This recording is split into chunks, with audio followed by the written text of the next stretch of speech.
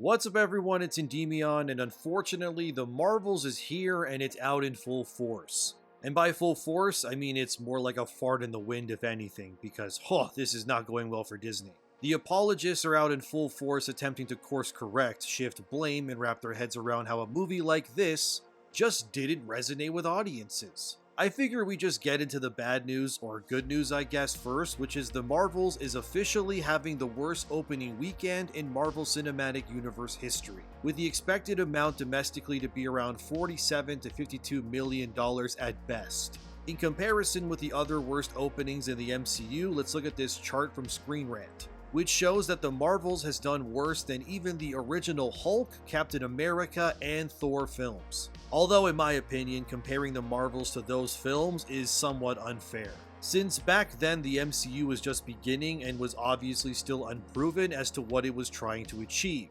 But even then, the Marvels still did worse than those films. Even Eternals and Shang-Chi did better, which both didn't end their runs well either. Eternals just lost money, and I believe Shang-Chi might have broken even if barely that. So to see this film shitting the bed like Amber Heard as it's doing right now, it's like poetic justice for people like myself and many others. We've been telling you for upwards of a year now at least that nobody wanted this movie. You called us sexist and you threw our names under the bus. And when it came to feminism proving that they can support a film without the men, the women didn't show up either. And like always when it comes to feminism, they'll find a way to shift the blame somehow to make it men's faults. And that's exactly what's happening here. The Marvels was a pro-woman movie. It had everything women apparently like in movies. It had dance numbers, singing, cats apparently, and strong female characters.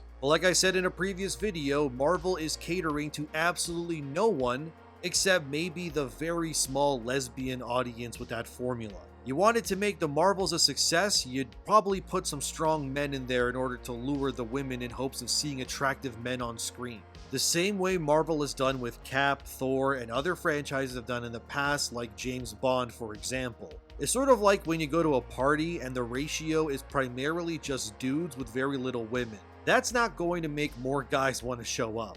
And that same philosophy extends to movies as well. You want your straight white women or whatever else to show up? You gotta give them reasons to pay and suffer through your movie. Why do you think slop like Twilight did so well? It clearly wasn't cause the story or characters were any good. Hell, even the fangirls will admit that. They went cause they were in love with Robert Pattinson and Taylor Lautner. For the love of God, remember that whole Team Edward and Team Jacob stuff? Good God, it was disgusting. It's cringe as hell, I know, but hey, it got young tween girls in seats paying money so that they could scream autistically at the screen when Jacob takes his shirt off. And at that point, the plot for these women, it doesn't matter anymore.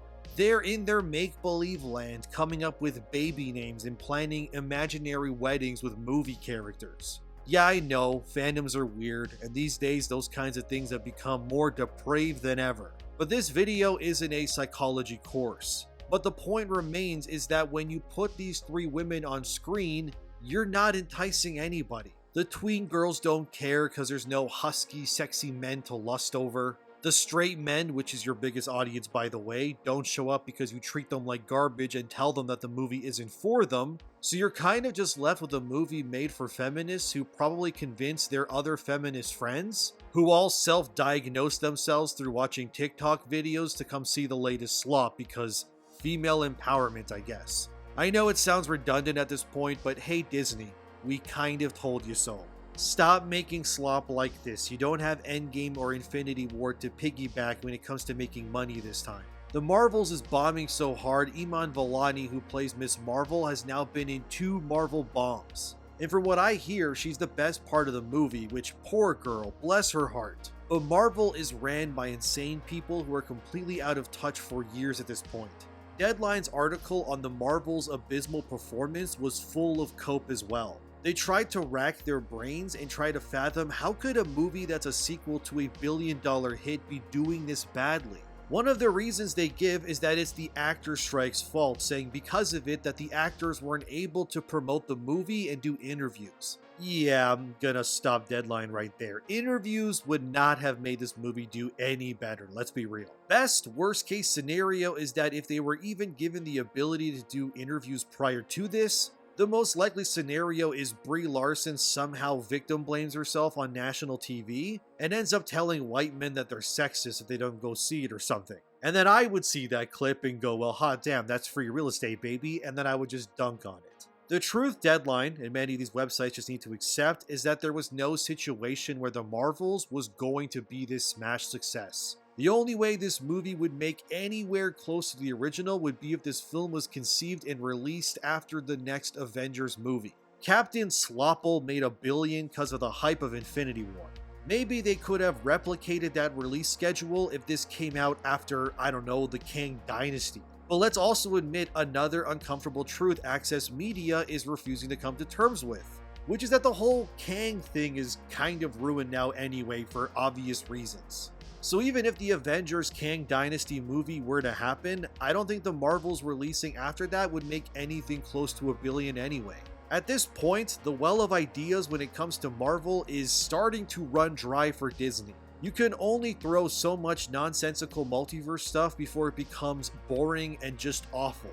Thankfully, next year only has one MCU film being released thanks to the WGA strikes, which is the next Deadpool movie. Apparently, Deadpool 3's plot is that the TVA from the Loki show are involved, and there's a multiverse war going on, and they force Deadpool of all people to assemble a team of superheroes to fight that war across the multiverse. And you see, that idea at least sounds fun, because it's Deadpool. And we all know whatever Deadpool gets up to that he's going to absolutely make a massive mess of it. And that's why Hugh Jackman is Wolverine again, because Deadpool grabs him from the Fox universe to help him in this war apparently. And you'll probably see Halle Berry as Storm again, as well as many other cameos. But comparing Deadpool to Captain Marvel is the epitome of that hydrogen bomb versus coughing baby meme. Ryan Reynolds' Deadpool is beloved, and he's considered to be born to play that role. Like, the dude is just perfect as the character, and his comedic timing is great. Of course, you'll have people bitch and cry and say it's cause of sexism, but no, dude, it's not. Reynolds as Deadpool is just as legit as, say, Scarlett Johansson playing Black Widow. I never heard a single person badmouth her in that role either. Everyone loves her as Natasha, so that whole Brie Larson is hated because of sexism is just so lame and tired at this point. The actress is insufferable. She's like the anti-box office draw for most people these days. She's in the same pile as Amber Heard or Rachel Zegler at this point. Just insufferable people who you can tell anything they say is just not genuine. Like, remember back in 2017, which was 2 years before Captain Marvel, and Brie Larson had that speech at some ceremony. Here, let me refresh your memory, unfortunately. Critics reviewing the 100 highest grossing movies in 2017 were white males.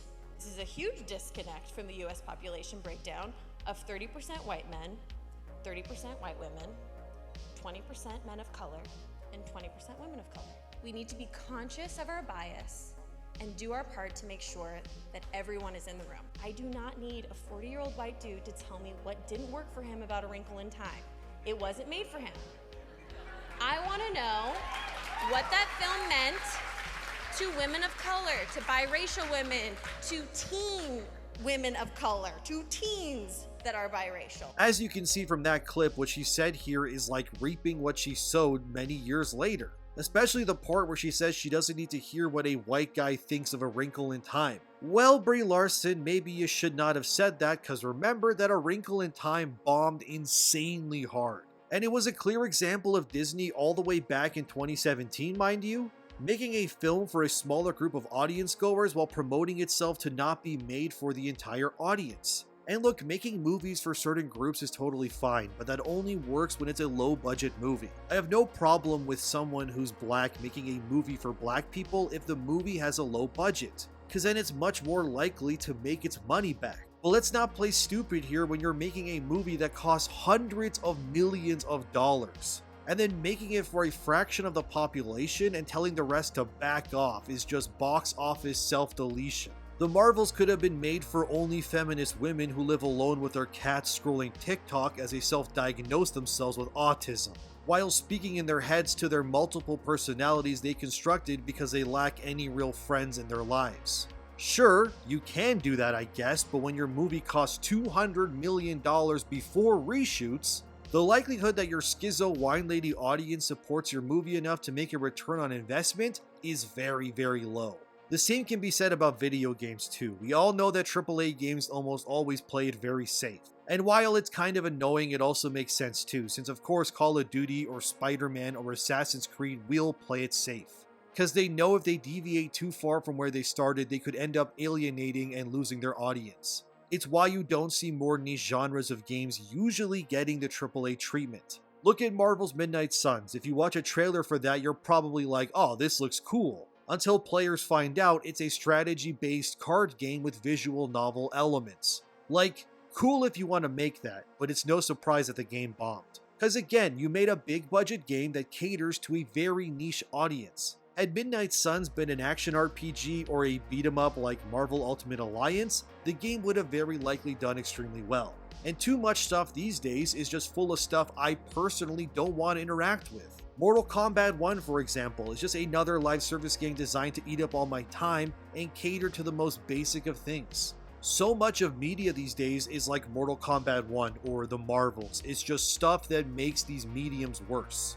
Like, why do I have to explain these things when the outcomes are so obvious? The Marvels is not some indie movie that was made for $2 million. It's a big budget, tentpole studio release that needs to make insane amounts of money to be worth its price tag. Marvel, Disney, and so many others are so delusional when it comes to things like diversity, inclusion, and pushing feminism, that they are constantly failing when it comes to making any money off of these things. Of course the Marvels is bombing. You made a movie the same price tag as Infinity War for 25% of the audience. And then you're shocked when your movie that panders doesn't turn a profit? How many times are you gonna put a chick in it and make her gay and lame until it's enough? Then you have the Direct.com publishing an article that will do Disney and Marvel no favors titled, "The Marvel's Director Responds to Woke Sequel Backlash." The director even frames their article saying the wokeness backlash, as they put it in quotations, comes from things like the film having emasculating male characters. Yes, website number 4000. People don't like it when movies have emasculated male characters. That's not some minor problem. That's a huge reason why people hate this kind of stuff. It treats the male gender as weak, when they're the reason you have pretty much anything you have in your comfortable, pointless lives. The direct references an interview the Marvel's director Nia DaCosta did with Variety when she was asked about the backlash of her film pushing wokeness. To which DaCosta said, and I quote, "There are pockets where you go because you're like, I'm a superfan. I want to exist in the space of just adoration, which includes civilized critique. Then there are pockets that are really virulent and violent and racist, and sexist and homophobic and all these awful things. And I choose the side of the light. That's the part of fandom I'm most attracted to," end quote. Oh my god, to make matters worse, the Direct.com then decides to label their next part of their article, "Why the Marvel's Wokeness is a Good Thing." And they try to explain it as anyone who doesn't like the movie is a sexist bigot and is full of anger. They also reference Miss Marvel's producer Sana Amanat, who spoke on wokeness, to which she said, "I think it comes from a place of anger and a sense that their identities are being threatened. If they can't connect with it, then that's okay. I just wish they wouldn't try to put it down." The Direct then decides to finalize their point by saying, "That is the key point to take away from here. The world is better when stories are not just told from the same perspective over and over again." But here's the thing that they don't realize is that what they're promoting is exactly that. It's the same story over and over again. Strong, infallible female characters, no male interests, one-dimensional villains that nobody cares about, and a complete disconnect from what the paying customer wants. How can this site, along with others, be this tone-deaf to not realize that the very thing they're propping up as a shining example is the epitome of what they claim we don't need more of? How are these people actually paid money to write this schlock? Really? What Nia DaCosta and Sana Amanat say here is that they will only listen to opinions if they are positive, and will just disregard and call anything that criticizes their work as sexist or wrong. That's not how you should look at things in any capacity. How can you make something and only listen to what your yes men and women say? That'll just make you double down and not actually improve. This is the opposite of constructive criticism. The reason people like myself are so hell-bent on making our voices heard is because we care so much about this stuff. It's not just Marvel, it's all entertainment. The concept of escapism and stuff like video games and more are directly tied to my being as a person. And I'm sick of seeing these fools ruin it for the sake of their woke nonsense. Nia DaCosta is out of touch if she believes anyone who criticizes her slop is also out of touch. If so, that means that 99% of the world's population who rejected this movie are also all out of touch. Could that be true? Or is it more likely you're the one who's out of touch and that Sana lady who did Miss Marvel should also never speak again either? Her show is the lowest watched Marvel show on Disney+. Congratulations, you made a show that panders to a specific group of people who also largely rejected your virtue signaling. And then you alienated large swaths of your audience in order to pander. Congrats on never getting a season 2, because your low viewership numbers will never justify Disney giving you more money. And if they do, it's just to virtue signal harder for ESG reasons. Because in any other form of entertainment, no company would ever invest in a show that performs last. That's the opposite of business, but it's the go-to when you're a woke weirdo like this. DaCosta, The Direct, and Amanat are all disillusioned, out-of-touch creatives who drowned in the Kool-Aid. And I can't believe that this is a real thing these people said or even endorse. The movie also has the lowest cinema score of the MCU so far, which is a B. And places like Deadline and more are trying to blame this failure on superhero fatigue. But I don't think that's what it is either, because Guardians 3 made almost $900 million this year. Why wasn't that a bomb like this? It's the same universe and even has diverse actors in it, so what gives? There's not a superhero fatigue, there's a quality problem. Shows like The Boys, for example, do phenomenally well for Amazon, and it's about superheroes. They even have animated offerings like Invincible, which is really great too. They even recently released the first season of their Boys spin-off show, Gen V, which, as of the making of this video, it's the #1 streamed show on Amazon Prime. So why are these shows all doing so well for Amazon if there's a superhero fatigue? It's because there isn't one. Superheroes will never go out of style because the concept is so malleable. Look at video games. There's so many superhero games that are coming, and Spider-Man 2, for example, did very well for Sony and PlayStation. But it's very likely future releases like Suicide Squad Kill the Justice League will probably fail. Why, you're asking? Because Suicide Squad is a live service game like Mortal Kombat 1. It wants players to live in their world and buy battle passes and all that other nonsense. People just don't have that sort of time. Life is busy enough. So it's no wonder that Spider-Man 2 sold so well, because it's a simple single-player game. You play it, you beat it, you move on. It's not too long either, especially when you compare it to live service games. It is full of woke nonsense, but at least it's simple, I guess. At the very least. And it's why so many live service games are failing. It's not because audiences have a video game fatigue. They have a desire for quality over quantity, and live service games are designed to be quantity at the expense of quality. The Marvels is like those live service games that fail, and these websites are blaming these failures on the wrong things. Audiences don't want garbage like the Marvels, but they'll absolutely support Invincible and The Boys because at least those are quality and offer something unique. There's nothing unique about the Marvels. It stars one movie star, I guess, in the leading role, and 2 other actors who aren't exactly household names or known outside of that property. And then you bank hundreds of millions on it, like, yeah, no shit, you guys are gonna fail. Come on. I guess the microcosm reason that Disney and others need to realize is that audiences are not tired of superheroes or whatever. We're just tired of companies deliberately trying to waste our time and money with stuff that doesn't resonate with us. Sure, Spider-Man 2 has moronic side content and a story that isn't as good as the original, but at least its core gameplay is fun and it's not too long. The Marvels offers nothing unique in a space oversaturated to the brim. Even feminism and pushing identity politics will not save this, and that's a good thing. It means we're winning, dear viewer, and Hollywood will adjust to accommodate this, or they will if they're smart anyway. Then you have people trying to post gotchas saying the Marvels failed because Disney hired an indie director who hasn't made many movies. Then another user says, oh yeah, well the Avengers was made by Joss Whedon, who had only directed one movie prior but flopped, so it's racism, that's why the Marvels failed. This all conveniently ignores that Joss Whedon wrote and directed multiple seasons of television for shows like Buffy the Vampire Slayer. The guy was well versed in creating stories that accommodated multiple weird characters having to assemble to face a greater threat already. The The Avengers wasn't a success because Joss Whedon was white. It was a success because it was someone who had experience assembling weirdos before that was making it. Then you have more idiots like this guy who says Gareth Edwards made an indie movie called Monsters, and then went off to make Godzilla and Rogue One, and they only did well because he's a white guy. Or maybe they did well because they got a guy who proved himself by making a monster movie where he did all the CGI by himself, by the way, and knew how to make a compelling movie where the whole less is more idea was prominent. So when it came to Godzilla, that's what he did, and it made money. And Rogue One did well because it had a really good idea at its core. And it was during the hype train when Disney was making movies, and remember that Rogue One came out before Last Jedi shit on everything. Then another person says Colin Trevorrow was indie and got the reins to Jurassic Park's IP, and it only made money because he's a white guy. Or maybe it's because the Jurassic Park IP hasn't had a movie in years, and there was a unique opportunity to bank on the obvious want for that franchise to return. Besides, Jurassic World is a bad movie anyway, it's just Jurassic Park again but worse. But it doesn't matter because it had dinosaurs in it. Jurassic World's success is just like Twilight or Transformers back in its prime. These movies' plots were whatever, people just wanted to watch them for big dinos eating people, Transformers punching each other, and tweens screeching like psychos at topless husky men.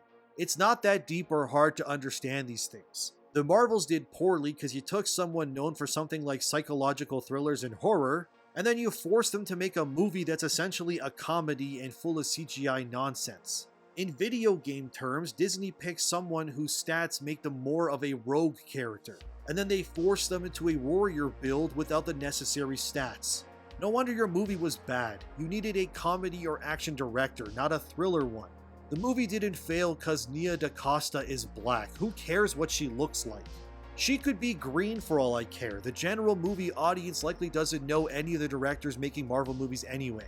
It's like what Tarantino said, and Chris Evans agrees, that when it comes to superhero movies, it's not even the actors anymore that are the main draw. It's the characters. When you watch a movie where Chris Evans is Captain America, you're almost not watching it because of Chris, you're watching it because it's Steve Rogers Captain America, or Tony Stark Iron Man, and so on. The Marvels bombed because you made it star Captain Marvel, Miss Marvel, and Photon. Two characters most people don't care about, and another one that's directly tied to toxic feminism in the fandom. The best case scenario now is for Marvel to position Captain Marvel to just sacrifice herself in the next Avengers movie, and just let her die a warrior's death so Brie Larson can move on and the fandom can too. So in the end, viewer, the Marvels failed because it represents everything wrong with Hollywood today down to its DNA. It's not your fault that it failed, and it has every reason to be blamed on Kevin Feige and the executives who greenlit this abomination. As always, thank you for watching, subscribe for more content in the future, and like the video to help the channel out. Thank you. Thanks to my patrons as always, and have a great day. Take care of yourselves, and I'll see you in the next one.